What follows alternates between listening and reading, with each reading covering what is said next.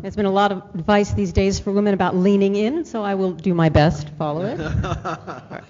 So this morning I will be summarizing the results of an empirical study I've co-authored, which examines the effects of patent monetization entities, I'll talk about that term, on patent litigation in the United States.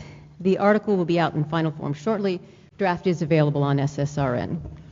So we reviewed all patent lawsuits filed in the years 2007, 2008, 2011, 2012. This gave us 2 of the early years from the period to compare to the latest 2 years for which data are available. And this involved analyzing roughly 13,000 cases and almost 30,000 patents asserted in those cases. To obtain data on the lawsuits filed, we use the Lex Machina database. Lex Machina extracts data from all 94 U.S. District Court websites, the ITC's website, the PTO's website, and PACER, which is the administrative database of the U.S. federal courts. All of this is public information, and the Lex Machina database itself is available to academics free of charge. Also, in deciding whether a plaintiff was a patent monetization entity or an operating company or anything else, we used only publicly available data, which to us is very important. Now, the first issue was simply a definitional one. How do we define the entities that we are trying to measure? And with so much attention focused on patent assertion and so much money at stake, there is a remarkable amount of jockeying right now over the definition of who gets characterized as what. So for our study, we chose a fairly simple definition, but we've also disaggregated the data so that you can look at it in different slices if you wish. We measured those whose core activities involve licensing or litigating patents rather than making a product. That's the line that we chose for patent monetization entities or monetizers. Of course, there are many entities that engage in a combination of activities. Apple Computer, I think the example that Peter Detkin was using earlier, licenses patents as well as producing products, but I think most people would agree that Apple's basic business is products. So we're looking for an entity's core business activity. There are also a lot of names floating out there, NPE, PAE, and some other less printable ones. I try to avoid using alphabet soup. I find they don't communicate much, and so we use the term monetizer or monetization entity. Now, monetization activity has existed in the patent world across time, but there are new types of entities and business models in recent years that are far more complex and sophisticated than what has existed in the past. And as the monetization trend has spread, numerous entities of varying size and configuration have jumped into the market. Now, product companies have joined the game as well, either creating subsidiaries to assert their patents or transferring their patents to third parties who buy these for cash or for a share of the monetization income or some combination of both.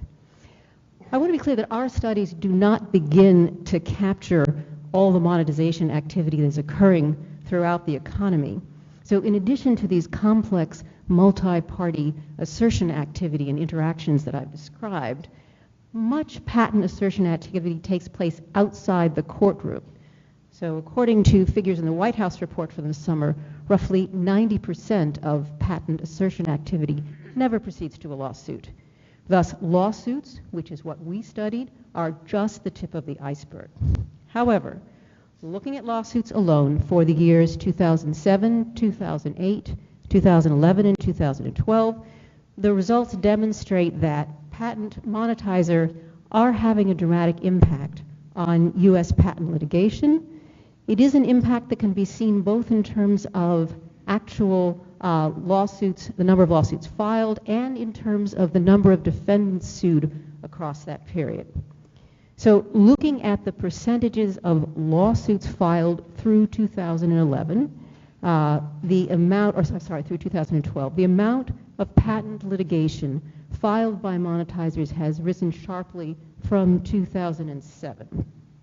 So lawsuits filed by monetizers accounted for a little under 25% of the patent lawsuits filed in 2007. By 2011, monetizers were filing close to 40%. And in the most recent year, 2012, monetizers filed a majority of the patent lawsuits in this country. In fact, we found that in 2012, monetizers filed 58.7% of the lawsuits in 2012, roughly 60%. So here you can see the dramatic change across the years. I call this slide the whale's tail. In red, you have the percentage of cases filed by monetizers, which rises sharply after 2008.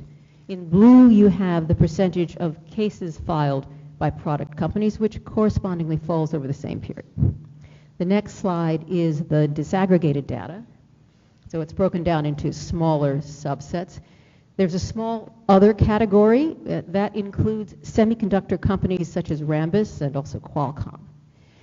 Now, it's not enough to just look at percentages of cases and lawsuits filed, because the American Invents Act became law in the middle of this, September 2011, and it changed patent lawsuit rules known as joinder rules. The changes were intended to make it more difficult to include many defendants in the same lawsuit. So as a result, if you want to sue a number of defendants after the American Invents Act, you're going to have to file more lawsuits. So for academics looking at the data, it means we can't just count lawsuits. A rise in lawsuits could simply mean that people are engaging in the same amount of activity. They're just suing the same number of defendants over a larger number of cases. So you have to look at the number of defendants sued. However, looking at the number of defendants sued confirmed that we are seeing a dramatic increase in litigation activity by monetizers across this 6-year period, from the earlier 2 years of the study to the later 2 years of the study. You can see that the 2012 level, let me see if I can operate this, the dot at the end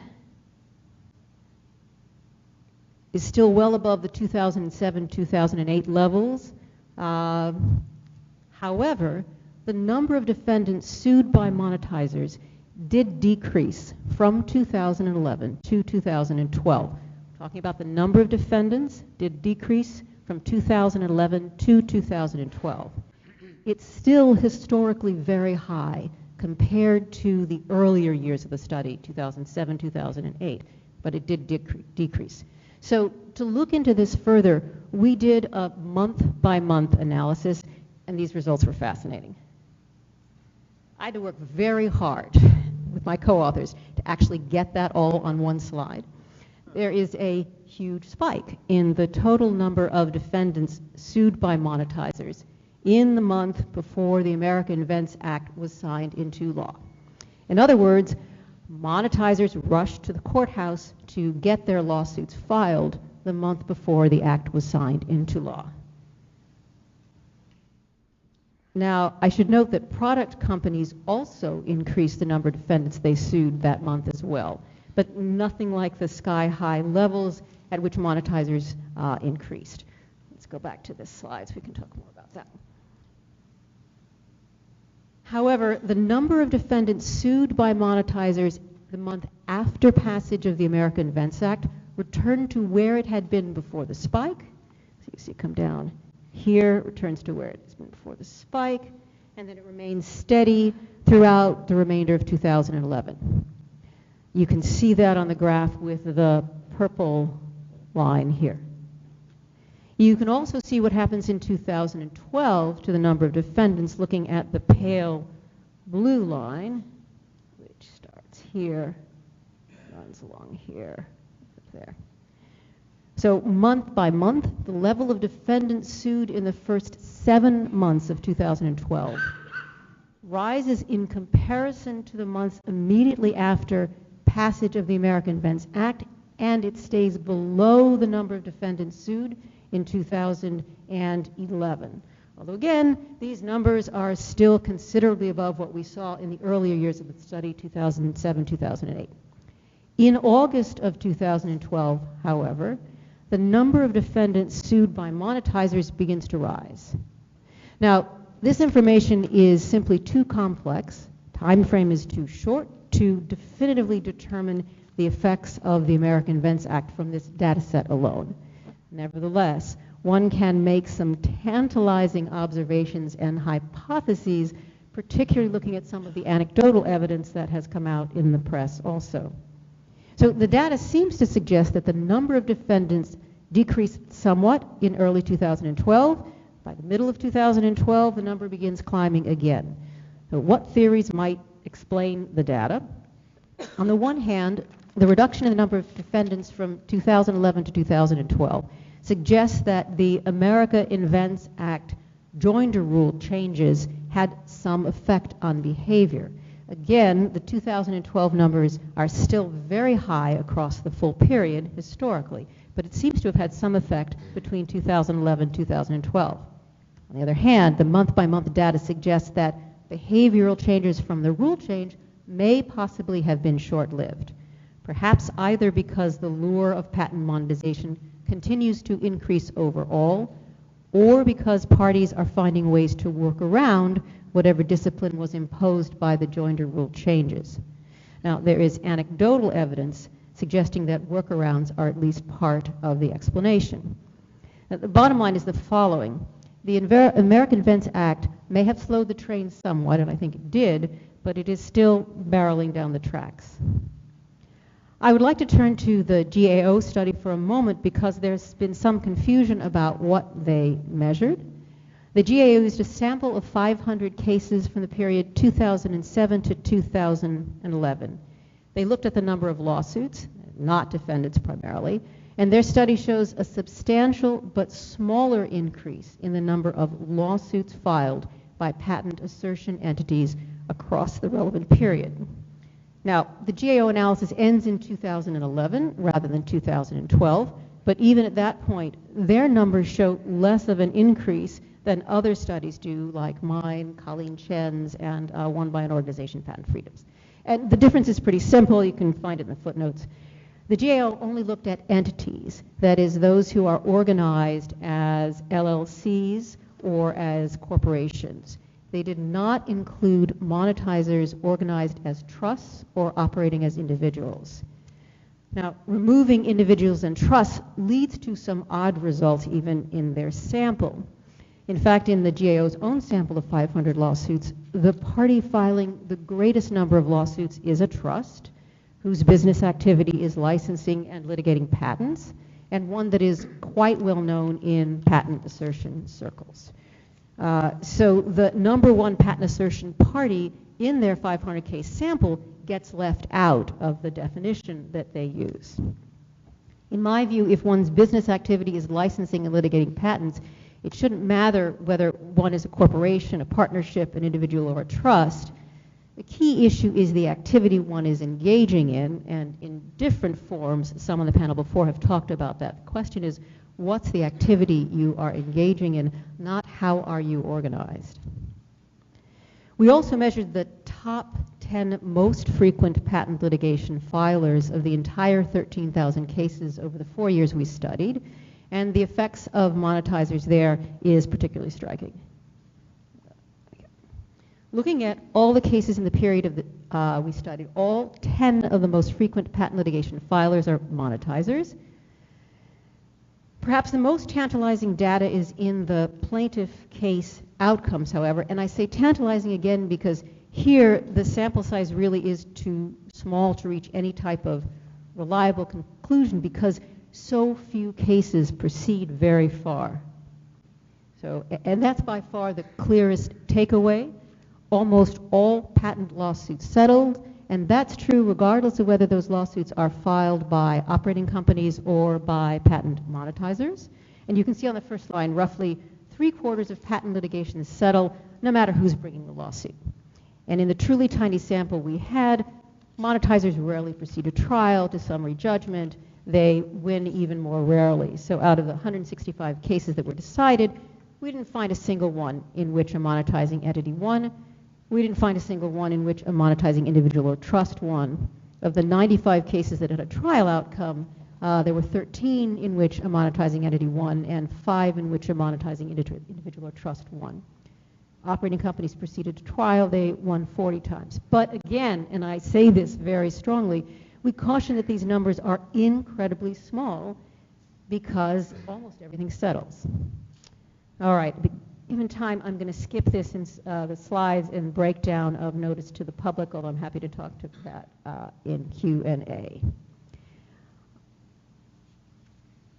I'd like to close with a few thoughts. The work of this study focuses primarily on measuring the phenomenon of patent monetization in litigation. I promise to finish in 30 seconds.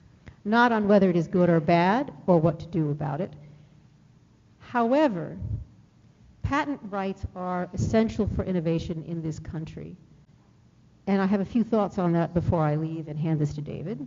In theory, monetization could serve very positive economic ends by providing market mechanism so that those who patent ideas could connect with those who could translate those ideas into products. The ways in which patent monetization is playing out at the moment, however, are troubling.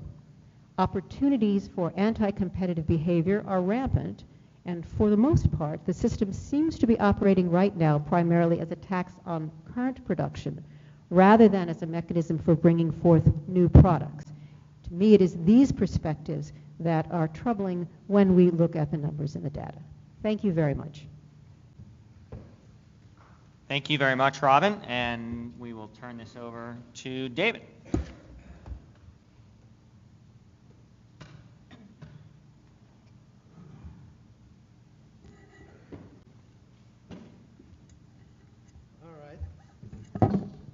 Thanks a lot. Thanks for having me here. I'm excited to be here.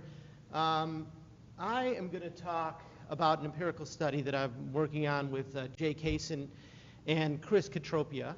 And so it's similar to the study that Robin just talked about. We look at a little different years. We slice the data a little bit differently. And so we have kind of two key takeaways, one of which is that these joinder rules that were adopted as part of the American Invents Act do seem to likely explain almost all of the rise in monetizer activity between 2010 and 2012. And so those are the only 2 years we looked at. And then second, there's a definitional issue that is important as to who you define as a PAE or an NPE or whatever term we want to use. And so what I want to do is take a few minutes and just kind of talk about like what the different theories are on why these sorts of entities are bad. Or are not bad. And so the first theory is just that there's kind of two sorts of players in the market. There's companies that make products and there's companies that don't. And the companies that make products, they take risks commercializing, they try to get market share, and it's just not fair for money from them to be given to money from companies that don't take that risk. Now, as we look at this, there does seem to be some refinements to that theory that people make. So Mark Lemley has written that sometimes universities, while they don't make products, sometimes they're actually like good entities that we think do innovate, like make real innovation and are encouraging technology development. Some other people make a different exception, right, or maybe an additional exception about individual inventors. So Michael Risch and my co-author Chris Katropia, among others, have said individual inventors are good. People say that failed startups, even if they failed but they tried to commercialize, or failed operating companies are good. And then we've got the kind of tech development companies like Rambus, like Qualcomm. They have lots and lots of engineers. They might make some products, but they make a lot of money from licensing. And so there's people that say that those companies are good. Now there is a counter argument, and I don't take a position on this, but that what's really going on is manufacturing companies never pay money to anyone that isn't in the club, that isn't an outsider, for patent rights. And so that's really what's going on. That's one theory, is kind of it's manufacturers versus non-manufacturers. A different theory is that it's only purchasers of patents, kind of non-original inventors, that are bad. And the way this story goes is that these patents are being bought for pennies on the dollar, okay, from like bankruptcy fire sales. Almost none of the money is going back to the original inventor, and all of the money is being made by the middleman, and that this is bad. And so Mike Moyer has written about this. Carl Shapiro calls this the leaky bucket problem. And the idea would be that the incentives that the patent is supposed to provide to the inventor is not being met because they're not getting any money. And then, as I look at this, there's a bunch of different business models that are there. Sorry, Peter, they kind of single out, like in the news at least, that like the aggregators are really the worst. And then there's some other speculators. There's like a wide variety of business models, companies that buy like one or two or a small portfolio of patents. Operating companies like Robin talked about that are trying to make money and enter into some sort of relationship with a non-practicing entity. But there's also a counter-narrative here, right? And so the counter-narrative is that these intermediaries are playing an important role in the marketplace. They're making the markets more efficient. They're specialists, et cetera, et cetera. There's a third theory, which seems to kind of usually be used in conjunction with some of the other theories, which is that the lawsuits are meritless. Okay, that the lawsuits are all nuisance suits. They're all being brought for less, asking for less than the cost of defense. They're suing small companies all the time. And so for that reason, they're bad. And so we kind of combine these kind of ideas and these thoughts that people have come up with on different entities that might be good, different entities that might be bad. And we decided that we wanted to do was to develop like a project where we could code on this granular level. And so we benefited a lot actually from Robin's paper. So Robin's paper came out while we were studying, and we think Robin's paper is good, and we saw how Robin coded things. And so our goal was to go even like one step maybe more granular. Our idea is to build essentially a Lego set, right? So you could, if you think that it's all companies that don't make products are bad, then add up all of those, individual inventors, failed startups, technology development companies, and patent holding companies. So we define patent holding companies as a company that, as far as we can tell from publicly available information, they are not affiliated with the original inventor. And then what we've done is we've released our data. So we've released our like raw coding, so you can check. And we think that one of the things that holds the academic community back sometimes is the lack of publicly available information on this sort of thing. I'd like to also give a shout out to Mark Lemley and the folks at Stanford. So Mark and the folks at Stanford are trying to put together a database of all entity coding and litigation for like a large set of years, and they hope to have that by like mid 2014. We've donated our data to that, and we think that's a great project. So now let me tell you a little bit about our methods. And so the three of us personally coded all the cases. I'll tell you that wasn't that much fun. I mean, we spent about a month coding these cases, but we thought that was a good approach. We took 2 years, so we straddled the America Invents Act. We took 2010 and 2012, any case that was identified as a patent case in PACER, and we actually used Bloomberg Law's data. We compared Bloomberg Law to PACER, and they match up like really like 99%. And then what we did is we eliminated cases that aren't patent infringement cases by hand, right? False marking cases, there were almost 700 of them, inventorship disputes, term extensions, malpractice actions. And then we eliminated if there was a mirror image declaratory judgment and an affirmative case by a patent holder, to not double count those. We eliminated that. So we ended up with 7,500 cases. And then what we did is we reviewed all of the complaints, and then we also, we saw whether it said, whether they were making products. And then we also went to company websites. We did Google searches. There's a lot of information available, often on corporate ownership of entities. And so we use that to figure out what sort of entity it was, and then we each coded an overlapping set with one of the other coders, and then we compare how often we agree, and we have like very, strong reliability using a measure that's used called Cohn's capita measure, like how reliable the coding is. We report all of that in the paper. And then we have other data. We have data on patent numbers, some data on claim construction, and we're still kind of working through some of that.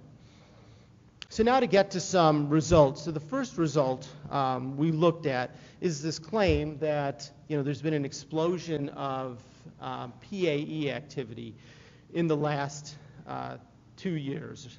And so here's from the president's report, right, that he issued this summer for his economic team. And what it says is, this is the executive summary. suits brought by PAEs have tripled in just the last 2 years, rising from 29% of all infringement suits to 62%. We look, and that's like data from RPX. I really like RPX, but RPX has some skin in the game, and the data isn't publicly available, and so we wanted to look at that. And so here's kind of how our coding breaks down. And so what we have is in the red, and the bottom bar in each one is 2012, and in the blue above it is 2010. And so a few observations. The first is that, consistent with what Robin found, like universities are like just not really that involved. The second thing is that there are, some like individuals and trusts, and large aggregators play like a small role. And then the third observation I'd make is that if you were of the mindset that all non-manufacturers are NPEs and are bad, then you should add up all of these numbers. And for 2012, I could add that up, and I'd say that 55% of the cases were filed by non-operating companies. And then I also see that the patent holding company difference is enormous, right? We're finding even a bigger increase than what the RPX data shows, from 400 to almost 2,000 cases that were filed by patent holding companies in 2000, the change. But then we started thinking about this joinder rules, and so we decided to look at it, instead of just raw number of lawsuits, to look at it by number of unique patent holders, right? With the understanding that one patent holder would have to bring maybe 10 lawsuits in 2012, which they could do in one lawsuit in 2010. And so when we do that, we see, kind of a little different story. We see at least that there is no huge change, although there is, to be sure, an increase of 3% in the number of patent holding companies, unique patent holding companies that litigated from 2010 to 2012. And there's a small increase in the number of individual patent holders, but the operating companies are kind of unchanged, and they dominate this. But then we think, what the best measure, or at least probably a better measure, is the number of defendants. Maybe there's the same number of players that are asserting these patents, but there's been a huge uptick in the number of in the number of defendants. And so when we look at that, actually, it confirms what we saw before, which is small uptick in the number of patent holding companies, from 27% to 32%. Operating companies still sue, about 50%, 48, 49% of the defendants. That means non-operating companies sue 51% or so of the defendants. But it tells a very different story from there's been an explosion just in the last 2 years. Our best takeaway from this is that almost all of the change in the last 2 years, from 2010 to 2012, is caused by the joinder rules. Okay, but we wanted to dig a little bit deeper. And so what we did here is, following up on the idea that the number of defendants is the most salient measure, we divided the number of defendants each year into quartiles, right? So there's about 10,000, 11,000 defendants. So each quartile has 2,500 defendants, and then we ranked the unique patent holders to see how many they sued. And so, I think one thing that's pretty hard to tell from this presentation, but the 25% of defendants are sued by 28 patentees in 2010 and 30 patentees in 2012. So there's a small number of patent holders that are suing a large number of people. And those aren't all patent holding companies and individuals, although there's many more of them than there are operating companies. And especially when we look at the lower quartile, it's more operating companies than patent holding companies. And then I'll leave you with the last bit of data, which is that we broke it down by industry. And so what we used is the National Bureau of Economic Research has some classifications for technology. I think they're a little bit rough. But what we did is we've taken, this is one category, this is computer and communications. It probably includes a lot of software patents, although there's another technology field called electronics, which probably includes others. So I think this is kind of a messy category. And this is by number of defendants, and I can see in this category, only 30% of the defendants were sued by operating companies. 40% were sued by patent holding companies, and then individuals make up a decent chunk, 11.69. Aggregators are in this space. Failed startups are in this space. And then when we compare that to the drugs and medical technology, we see a totally different picture, right? We see operating companies bring up almost all the cases. 80% of the defendants are sued by operating companies. We have, a decent chunk of individual inventors. Our suspicion is those are mainly doctors that invented like medical devices that are suing people. And then we have some patent holding companies that are in this, but there's just not that many other players in this. And so if I had more time, we could talk. There might be differences in the patents, software patents. There might be differences in the way innovation occurs, that you don't need a lab, that innovation occurs faster. There might be differences in products. One product, lots of components, lots of patents, versus one product that's maybe one patent. But we think this is all interesting. We have lots more data in the article. The article's available on SSRN. So to kind of, I'll skip that plane construction one. To finish up, just to, kind of reiterate, we think that the kind of explosion, that at least things have really just gone haywire in the last 2 years is probably, mainly just explained by the procedural, civil procedure change on joinder, and is not any different major activity. We think, depending on how you want to count individual inventors, failed startups, et cetera, it affects what the numbers are, but there are differences by technology, and we hope our kind of granular data helps others analyze this. Thanks. Great. Thanks, David. And we will hear from Stephen now.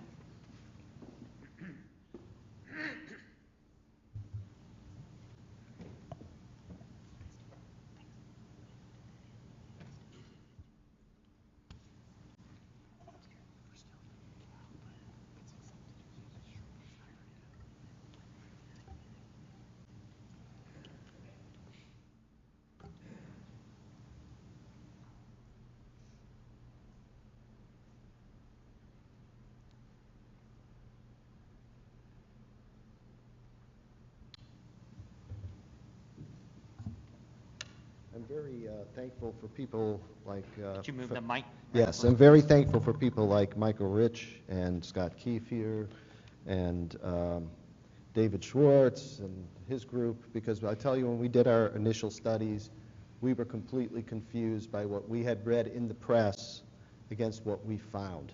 And you'll see that. I put the book out there. It's called The Fractured Fairy Tale, where we actually looked at many of these statements that have been made about the NPE and what reality really is.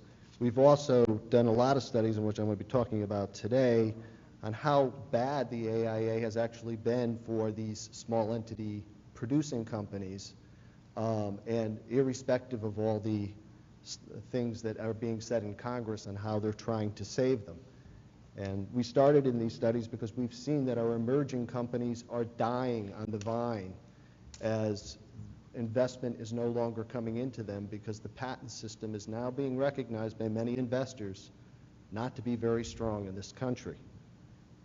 I think it's time that we stop thinking intelligence means we always have to knock the convention. And I think that we someday will understand that there was actually some wisdom in the past. And maybe the system that was set up by Judge Giles Rich was actually a very good system. Well, let's look at some of our data.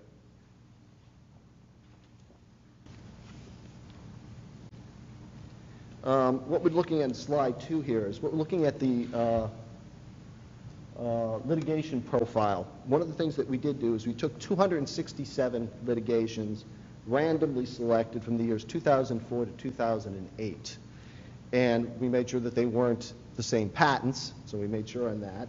And we ran them up because we wanted to see what is the truth about these terrible, awful patents being asserted by the NPEs. And what we have here is the litigation profile that we found using the Lexis database, which is now available and allows you to connect all of this. To see, these are the typical operating company profile. Now, that profile is almost identical to the profile of NPEs, but if we take out the independent inventors, we actually found that the NPE profile of those terrible trolls, the ones who aren't the independent inventors, is actually better. And one of the reasons we said this kind of makes sense because, if I'm going to be buying a patent, I'm going to buy the best I can. I don't go into a monster truck rally and a Yugo.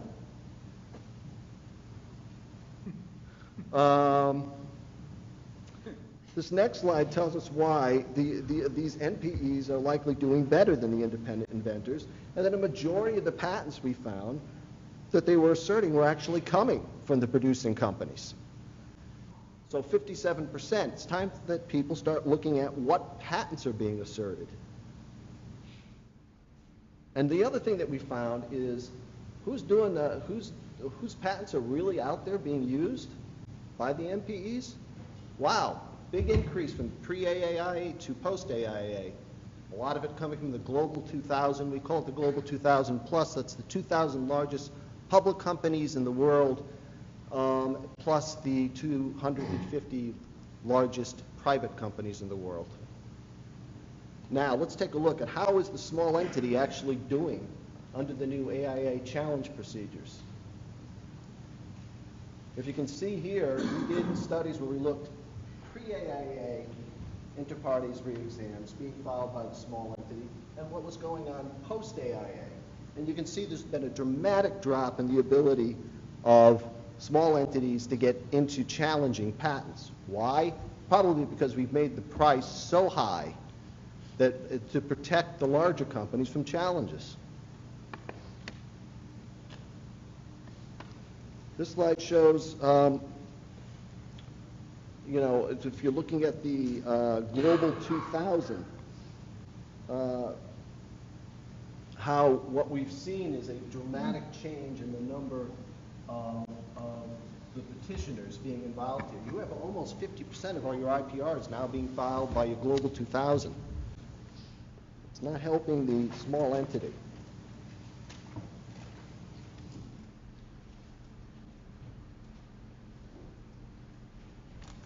In this particular case, it makes clear how much the largest global companies are in the IPR challenges, that they really comprise nearly 73% of all the challenges brought by any large entity. It's really, really been shifted in the favor of the largest corporations of the world. Now let's take a look at what's going on with the This slide is just showing you how poorly the small entity is actually even doing as far as institutions for trial in the IPR procedure. You notice the percentage is much lower than you would expect it to be from the number of filings they're making.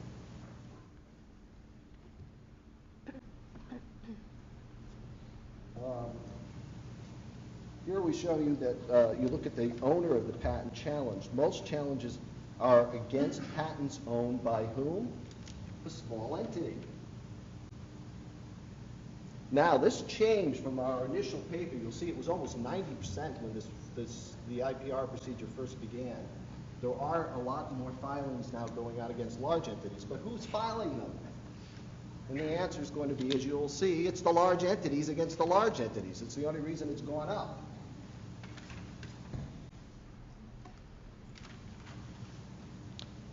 In slide 12, we're looking at whether the IPR challenges that are being waged against practicing entities or non-practicing entities. Because now we're going to break it apart. We're going to start looking at, okay, you're going to say, well, maybe those small entities you were talking about. Well, this is showing you how it's actually going. Most of these IPRs are being filed against practicing entities.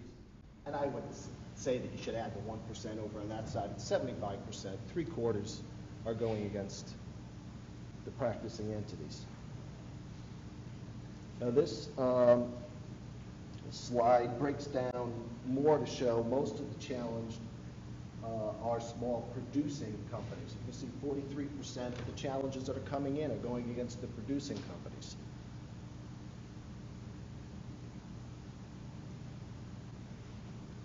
Slide 14 is interesting because it shows us that the post-AIA small entities are being challenged more so than they were pre-AIA, even with respect to ex parte filings. Again, probably something to do with the cost. We're knocking them out of the game, guys, and we're going to do it. Look at these are being challenged post-AIA. Who is challenging them? We can see that most challenges against large entity patents are simply by the large entity corporations themselves. The small entity is not getting in this game, and they're getting crushed by it. Slide 16 looks at the patents of small entity MPEs that are challenged and sees that nearly 64% of them are not from the producing companies. Where are they on most of all these patents? I don't know why we keep dividing things up into the world, and most of this legislation protects the independent inventor. Most of these patents are independent inventor patents.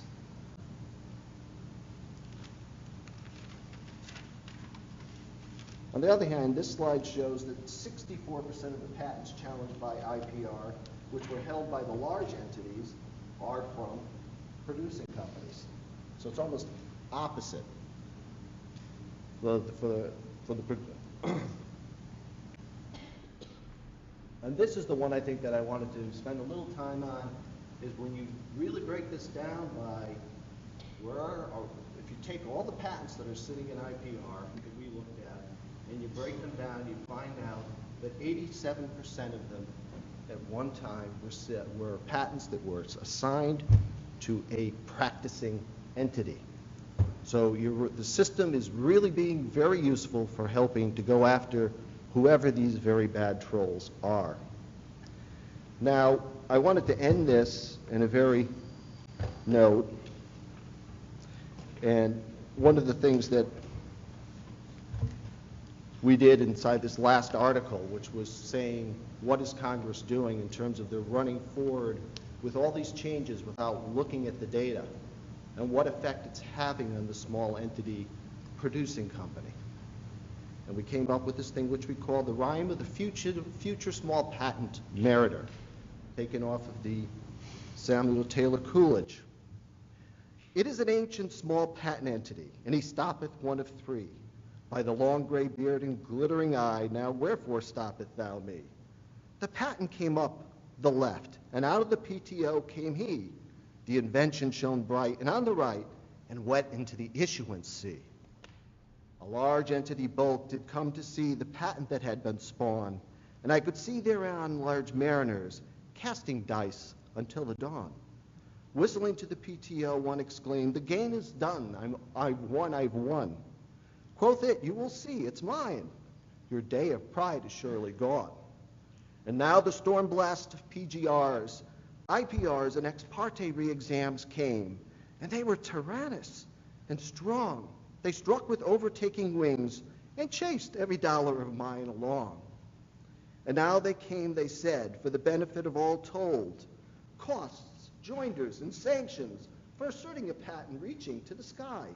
And in the air for judicial assertion by small entities became very cold.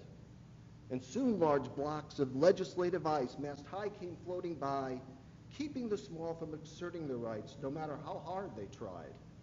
And the ice was here, the ice was there, the ice was all around. It cracked away for the large, yet roared and howled against the small, like noises in a swoon. God save thee, ancient small patent entity, from the fiends that plague thee thus.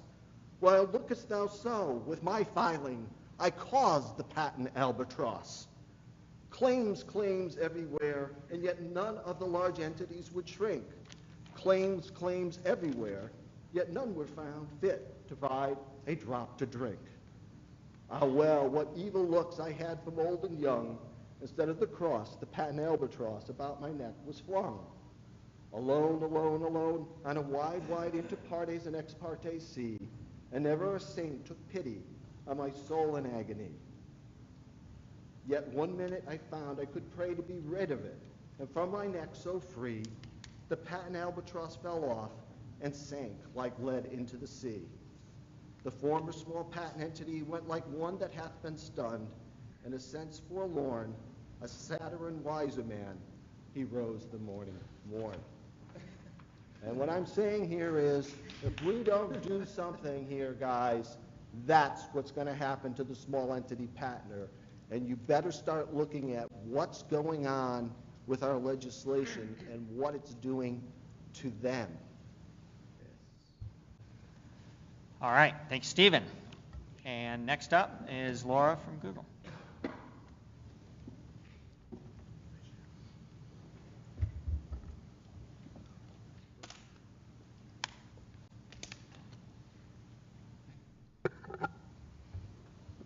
slides, or you want to take it down?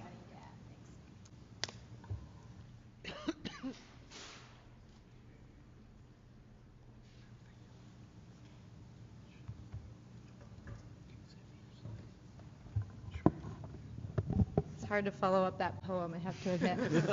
I don't have anything that rhymes. I apologize. So thanks. I'm really excited to be here. Thanks to Pam for hosting. It's important to recognize that trolls are not the disease. Trolls are a symptom of a disease. Rampant troll activity is a reaction to incentives created by the patent system as it's currently operating. To address these unintentional incentives that the patent system's created for trolls, we need to examine the root causes of these issues. What is making it so easy for trolls to abuse the system and hamper innovation? The very purpose of the patent system is to promote innovation. This means making products that are made available to consumers. The patent system can play an important role in promoting this product development, but we need to distinguish innovation from invention. Invention is the first step to innovation. It's not the end game, though. It's not the goal of the system. The work, investment, and good ideas that go into the invention in a patent are small compared to what it actually takes to execute the idea well enough to succeed in commerce, to actually develop a product and bring it to market for the benefit of consumers. Right now, the uneven incentives created by the patent system over-reward the easier part and tax the hard part of innovation. So what are some of the root causes of these abuses? First, the existence of many bad patents makes it easy for trolls to abuse the patent system. We need to examine why this is the case and how to address this. Second, patent litigation is plagued with high costs and asymmetric risks between the parties. We need to see what makes it so expensive and why the playing field isn't level. Let's start with bad patents. Too many bad patents have been issued in the last 15 years. Patents with overbroad claims that are hard to understand. These bad patents are ripe for abuse. This is especially true for a subcategory of software patents that claim ownership over business methods. Trolls more and more frequently assert these vague and overbroad business method patents. These include patents that claim ownership over standard business practices of e-commerce, making every company that sells online or operates a website vulnerable to a troll suit. In fact, internet patents covering online business practices are 9 times more likely to be asserted than other types of patents. One study found that when targets actually fight these internet business method patents, they win an astounding 92% of the time, but only at great expense to them. Business method patents in general accounted for 41% of all troll litigation in 2012, and over half of the troll litigation faced by non-tech defendants, including retailers. Here's some examples of overbroad business method patents that are being widely asserted. One troll has sued almost 400 businesses and agencies on a patent covering technology used to track a vehicle's location and send package shipment notification emails. Targets include retailers, airlines, automakers, and public transit agencies. Another troll has sued more than 200 companies on a patent that enables businesses to retrieve data from a database and display that information. In 1 week in 2011, 140 businesses were sued with nothing in common beyond being engaged in online retail.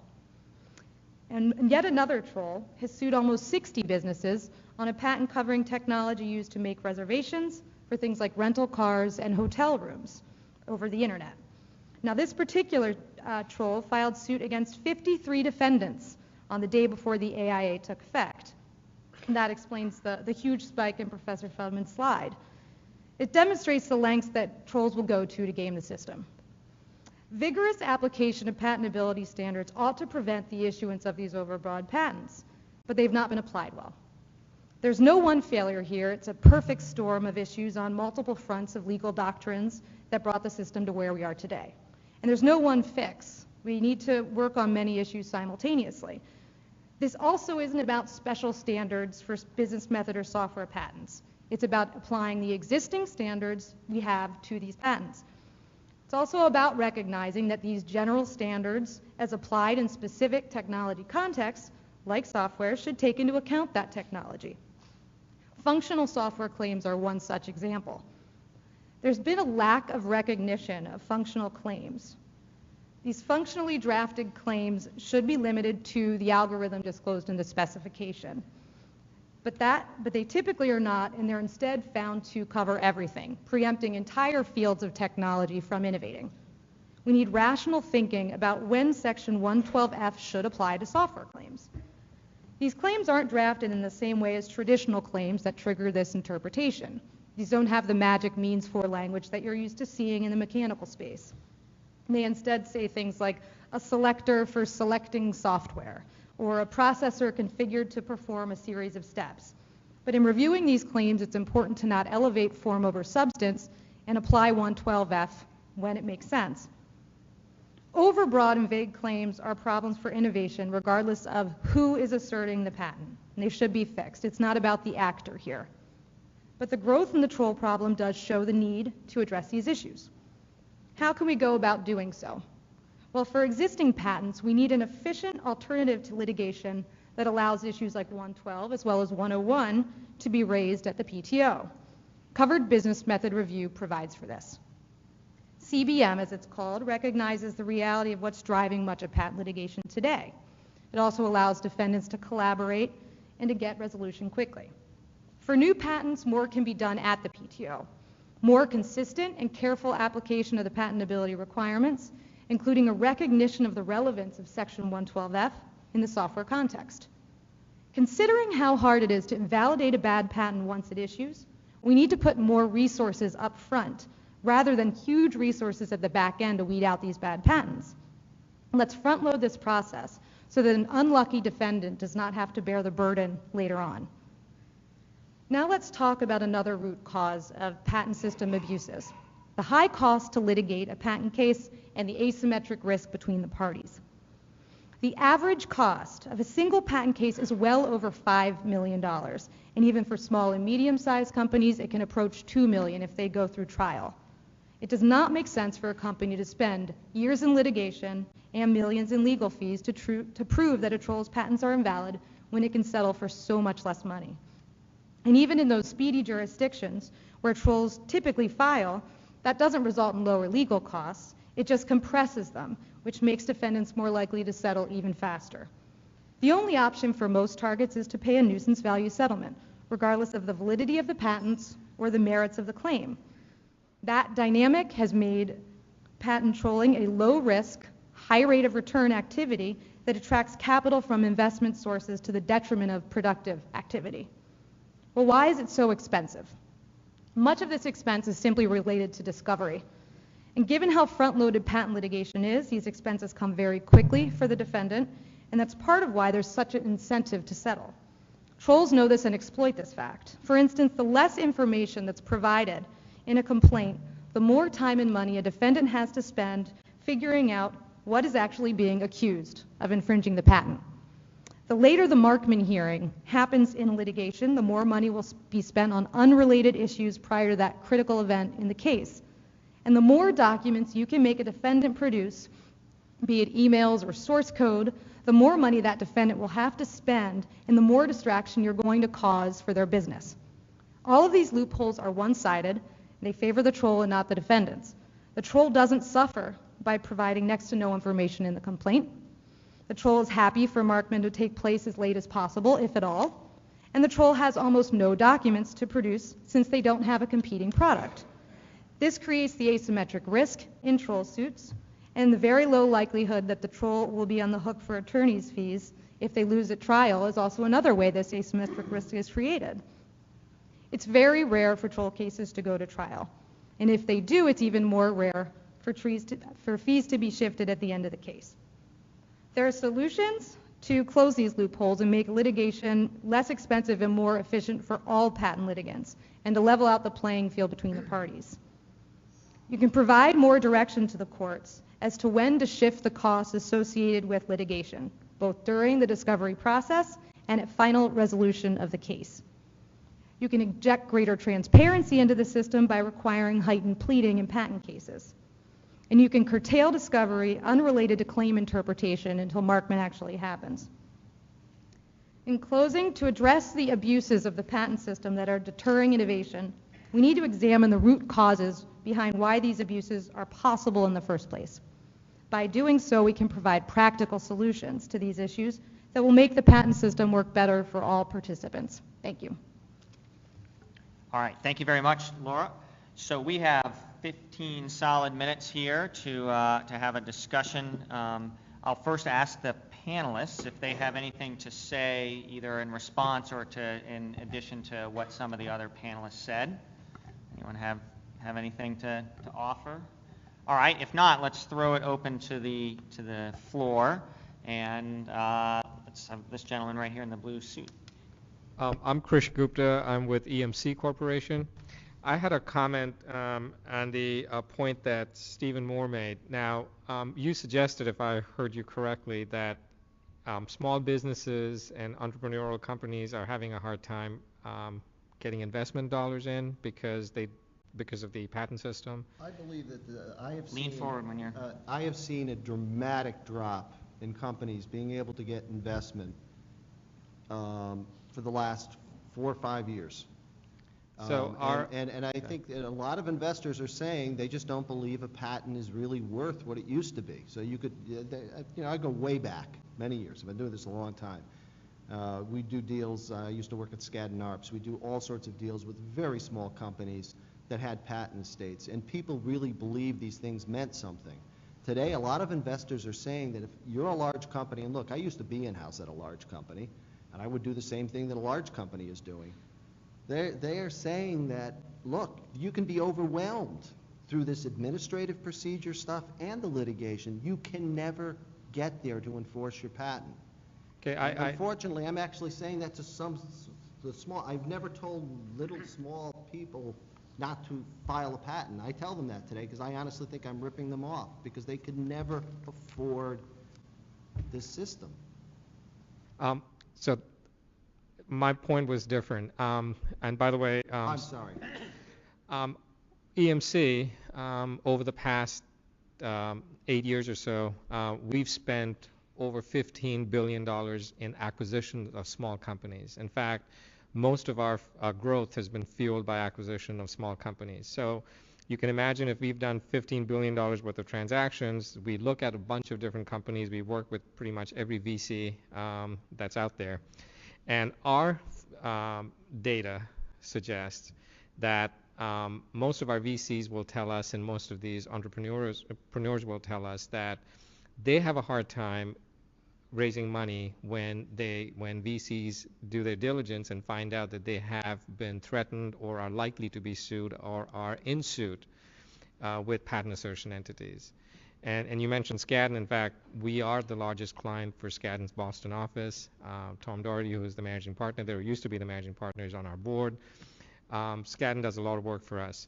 And in fact, if you look at VCs who have been publicly supporting legislative effect or efforts to deal with some of the litigation abuses, will speak openly about the fact that they're reluctant to invest if they know that their dollars are going to be spent fighting abusive litigation.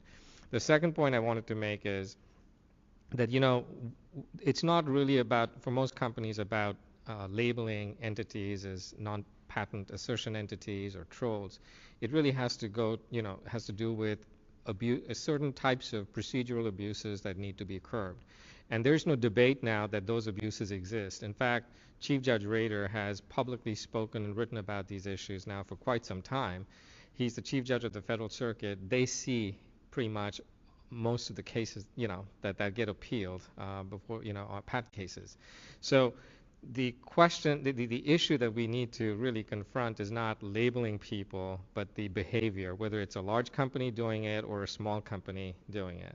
And the second point I want to make is that Laura made an excellent point, that innovation has to do a lot more than invention. It takes a lot to take an idea and then figure out a way, particularly in the software industry, to actually write code, implement it, test it, get it to work in a way that there is consumer demand, and all of that takes lots of time and effort. And there's somehow, somewhere, the system has failed those people who then create something that's innovative, because if 10, 15 years later you can tax their work in a way and somehow claim that there should be damages based on all of that for an idea that from somebody who actually did not even know, may have failed in implementing it and getting it to work in a way that could be consumed. No, I don't disagree with you on anything. But one of the things that I've always said about software, if you really believe that, and I do know that major corporations around the country do not have their patents written this way either, then force the software to be written into the patent. Put the code there. If you really think you necessarily have to have it, but most companies will not agree to that because they themselves aren't writing that code. It's a fair point, but it's the reality is we know it's a two-way street here on the software problem. But as far as you're right, what we should be doing is concentrating on the bad players and stop using the labels, because there are people out there that are doing things wrong. I've always thought a registry of every letter that went out makes a lot of sense, because what you end up doing is, hey, look, if I'm a company and I get hit up, I can go look at that registry and find 10 other people who may go to get with me to go for an IPR. If it's really a crappy patent, and that one of the problems that we're seeing is these IPRs are being used against a lot of the largest companies' patents because they're being bought by other people. So there's a lot of disconnect in saying, I have good stuff, you have bad stuff. I mean, I think we need to look at this in a manner of by patent. And I think the point I was making is that we're not saying let's that. let Robin wants to add something in real quick. Thank you. On the question of whether investment in mid-sized startup emerging companies is declining because of lack of confidence in the patent system, we have to be really, really careful about seeing number trends and ascribing cause and effect. So I live in Silicon Valley and I run the startup legal garage for the University of California, Hastings. It's more difficult in the last 4 or 5 years to get funding for companies, emerging companies, because the venture capital model is shifting and no one really knows where it's going to land afterwards. There's a lot of changing right now. That has a great deal to do with what's happening with funding and the funding models. And that's important to prevent, I think, what is could be a false correlation here. On the other hand, I do want to commend Stephen for raising a point that's very important. It is difficult for small players in this area. Intellectual property rights are no good if you can't enforce them. I believe there are major changes and major problems. However, we do need to keep in mind we can't have a system where large players can trample smaller players or take something that someone else has invented and never have to worry about whether they'll have to pay the piper. Good. All right. Moving on this side of the room. Is there a question over here? Comment? All right. And if not, Peter? Yeah, following on to the notion that we should look at the litigation behavior and the bad behavior, the gaming of the system, I find a lot of the data that was presented by Robin, David, and Stephen interesting, because you slice and dice according to various definitions, but in all cases, you accept out various protected classes. In one case, it was universities, individual inventors. Patents originally came from large corporations. My question is, and I recognize it's a rhetorical one, where do you think I'm getting these patents from? I mean, all patents that I own came from, I'm referring to on the buy side now, came from one of those sources. I mean, I don't think you ever accepted out the mass aggregators, of which I think it's a class of one at this point. But in all cases, we buy patents from people who invented. I'm going to put aside the invention versus innovation debate, but I'm happy to have that debate with Laura if you'd like to. But let's put that aside for right now. In all cases, these patents came from an inventive entity. I don't know, I could break it down for you whether it was an individual inventor, which was accepted out, I think, by David, or a university, or from a formerly large corporation. But these are still inventors who deserve to be rewarded for their invention. How much they should be rewarded, I could debate with Laura, but that's a separate issue. So I don't understand why we are focusing on the holder, who the holder is, as opposed to, why don't we just call them all patent holders and be done with all the name calling, which I recognize I had a part in. Fair enough. But let's just focus on patent holders and their behavior and focus on the gamesmanship and not the slicing and dicing of the data in so many different ways. So can everyone hear me? Yeah. So I think that's a good question, and like other work that I've done, I've said that we should really focus on like the merits of the dispute. Empirically, it's easier to look at. I mean, this isn't really a good defense, but I'm just going to tell you that it's easier to look at, filings and classify entities, which we can do much easier than, is this a good patent? Is this a bad patent? Is this a legitimate claim construction that they're alleging? Like to figure that out, it's highly subjective. It takes a huge amount of time. And so I'm not sure. I'm welcome ideas on how to do that on like kind of large scale. Here's one example. I think it was you who accepted out universities. We have deals with well over 150 universities, close to 200 universities. Is a patent a good patent when it's held by the university, but it suddenly changes its character when I buy it from them? Has that suddenly gone from being a patent that it's in society's benefit to assert, but now that I own it, it's not in society's benefit to assert? Go ahead, Rob. Yeah, so no, and I don't think there are any white hat players here, and that includes universities. And one of the things I would like to say is that having a patent does not mean that you have necessarily something of value or something that has contributed to society. Traditionally, if you look at some of the studies, there's very little time spent on each patent. I think it's 18 hours over a period of 2 years by an examiner for things that may have many, many claims in them. And we didn't worry about that because 90% or more never returned anything. They gummed up the system a little bit. Now each of these things are being separated out, grouped, put into packets, and then launched as particular weapons. Now that's a problem. But just because you have a patent doesn't mean that it's necessarily of value. Let me offer a couple of other perspectives. If you look at the psychological literature, if I own this water bottle, I will tell you that this water bottle is worth $5. If you own that water bottle, Peter, you'll tell me that my water bottle is only worth $3. And anyone who's, in other words, when you own it, you think it's really much more valuable than if somebody else owns it. And anybody who has ever represented a client in litigation knows that they are absolutely sure that they are right and that their claim is valuable, and not everybody wins the lawsuit. So somebody's wrong in how they're valuing. The point is that just because a university, an individual, a guy in his garage is holding a patent doesn't make it a good patent.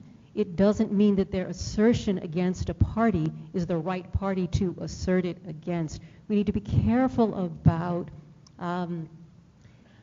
the myths that surround those who are holding a patents in terms of the gain to society of those things. There are a lot of correlations in here that have troubles. Okay. But I agree with you. All right. No Mark? white hats, nobody. Introduce yourself.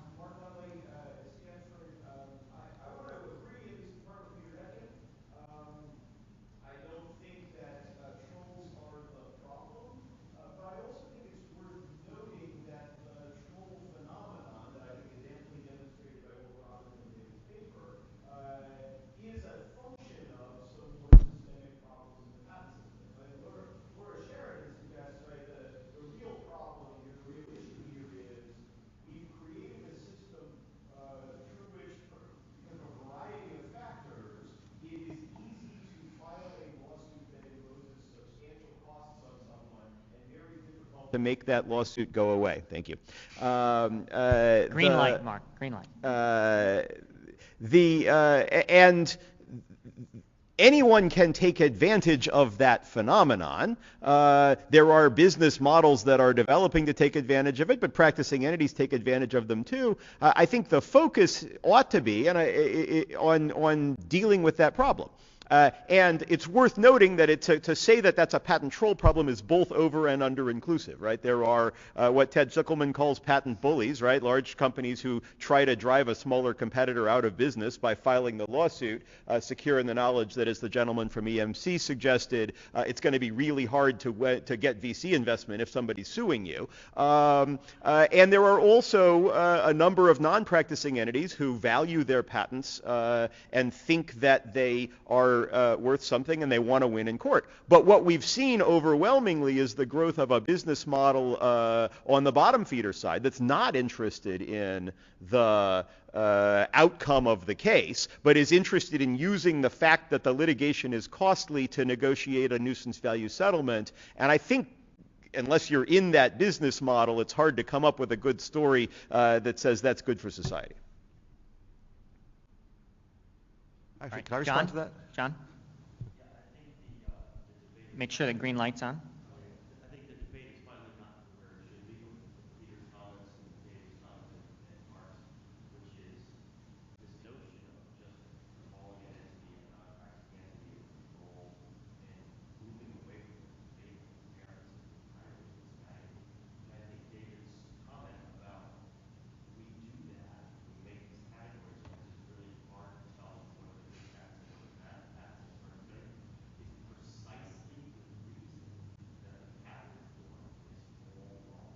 What the patent reform is in the aggregate, just trying to deal with patentification as a concept, when what they should be doing, leaving it to the district courts to assess the merits on a case-by-case basis, and if the merits are bad, it should. If the merits are good, don't be. That's the current system. You know, our district court judges have the ability to fee shift in cases that are egregious, which are ones that should have never been brought. So the Googles of the world should fight. And at the end of the day, you got to get your fees approved. If you're wrong, then you should pay a royalty, right? Because you've taken somebody's technology that wasn't yours. So can I add just one quick thing?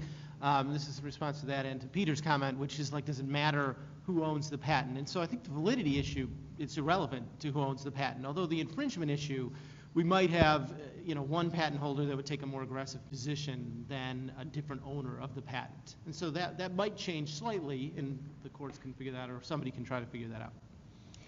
Robin, real quick. Thanks. Okay. So 10 seconds. in terms of who owns the patents, there are things we have to think about in how the system operates. There is a natural break when you have two operating companies on whether they sue each other, because if I launch my patents at you, you're going to launch them back at my patent. That tends to reduce the amount of game playing that's a mutual assured destruction.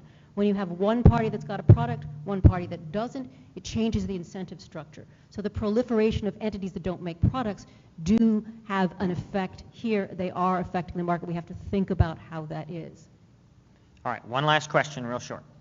So fee shifting seems to be a great approach. Is anybody studying, comparing systems with fee shifting, like Great Britain? Find me fee with what we're shifting doing cases. here? Judges do not like to fee shift. They just don't. So is anybody comparing the results? I mean, do they have these same problems in Great Britain? How many practitioners Anybody are out looking here? at that? Are there a bunch of practitioners? So how many practitioners think that fee shifting would help? I guess the question I was going to ask was differently. How many practitioners see fee shifting real? I mean, I'm talking about you get all of the costs of, not just the court cost, which is a teeny piece, but you get all of your costs that you spent for your attorneys, and everybody's back at the end of your cases. How many people see that in most of the cases they're litigating? How about 20% of the cases they're litigating? Go ahead. The reason is because they were close battles. There is fee shifting. If you look across the United States, there is fee shifting in egregious cases. But if it's a close battle, it's the American system that there isn't fee shifting. Well, but they're not all close battles, John, right? I mean, the number of cases in which defendants got fees without winning an inequitable conduct case in 2011, I think, was 5. Out of 3,000 or 4,000 cases. Maybe the answer is they were all close cases, but 5, but I doubt that. What the Supreme Court, of course, is acting in parallel with Congress. They have the fee shifting. They have 2 fee shifting cases pending right now. I'm not sure it is right under current Federal Circuit standards that courts have much power to shift fees to prevailing defendants, but it might well be right 6 months from now. Richard. Yeah, one of the serious difficulties with this is trying to figure out who a winner is in a case with multiple counts, multiple claims, multiple damage awards, various kinds of equitable relief is not a perfectly straightforward proposition. And if you're going to give a great deal of discretion, you could then have a trial about a trial. It's one thing to have fee shifting if it's an action for collecting money for non-payment of a debt, then you win. But I think, in fact, it's a real problem. And the second problem, of course, with this is given the way in which this can interact with the jury system, which is not an English problem, there is always the further question, and the jury is aware of the fact that there is going to be fee shifting. It may pollute the way in which the verdicts are going to be done. Look, I mean, there is a lot of fancy talk in patent law about how we have to turn this ship upside down. We've done it once with health care. I think we ought to be careful before we do the same thing a second time. All right, on that note, Thank you, Richard. we are going to lunch.